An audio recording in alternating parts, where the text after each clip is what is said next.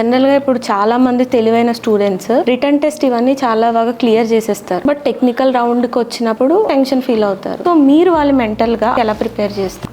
ఎందుకంటే madam main ఇక్కడ problem ఏమవుతుందంటే చాలా మంది రూరల్ బ్యాక్గ్రౌండ్ నుంచి వస్తారు. సో రూరల్ బ్యాక్గ్రౌండ్ లో గవర్నమెంట్ వాళ్ళకి చాలా ఆపర్చునిటీస్ ఇస్తుంది. సో కానీ ఇక్కడ సిటీలో ఉన్న పిల్లలు కూడా ఏంటంటే ఒకరు స్టూడెంట్ ఏదైనా ఒక మాట్లాడుతున్నప్పుడు వాళ్ళని పక్కన కామెంట్ చేయడం, అరే వీడు చూడు వీడు అక్కడి నుంచి ఊరు నుంచి వచ్చాడు, మళ్ళీ వీడి ఇట్లా ఇంగ్లీష్ మాట్లాడుతున్నాడు అంటే ఇక్కడ మాట్లాడాలని ఇంట్రెస్ట్ ఉన్నా కూడా ఎప్పుడైతే ఈ పక్కన వాళ్ళు కామెంట్ చేసేసరికి ఆ ఉన్న వాళ్ళకి ఇంకా ఏమవుతుంది, నేను మాట్లాడుతుంది మిస్టేక్ ఏమో, సో డెఫినెట్ గా గర్ల్స్ అవుతారేమో, ఎప్పుడైతే ఈ ఇన్సెక్యూరిటీ గా ఫీల్ అవుతున్నారో స్టూడెంట్ ఆబ్వియస్లీ ఏంటి మాట్లాడాలనుకున్న వాళ్ళు కూడా మాట్లాడలేకపోతున్నారు కాన్ఫిడెంట్ గా. సో దానికోసం మనం స్పెషల్ గా ఏం చేస్తున్నాం అంటే మేడం సెకండ్ ఇయర్ నుంచే యూనివర్సిటీ వాళ్ళ కరికులం కానీ ఇప్పుడు అటానమస్ అయింది కాబట్టి డెఫినెట్ గా మన కరికులం ఓన్ గా డిజైన్ చేసుకుంటూ ఇక్కడ మనకి ఏవైతే స్టూడెంట్ కి కావాల్సింది ఏంటి, ఒక క్యాంపస్ ప్లేస్మెంట్ కి వెళ్ళాలంటే మనం ఎన్ని రకాలుగా చేసినా ఇది వన్ మ్యాన్ షో కాదు.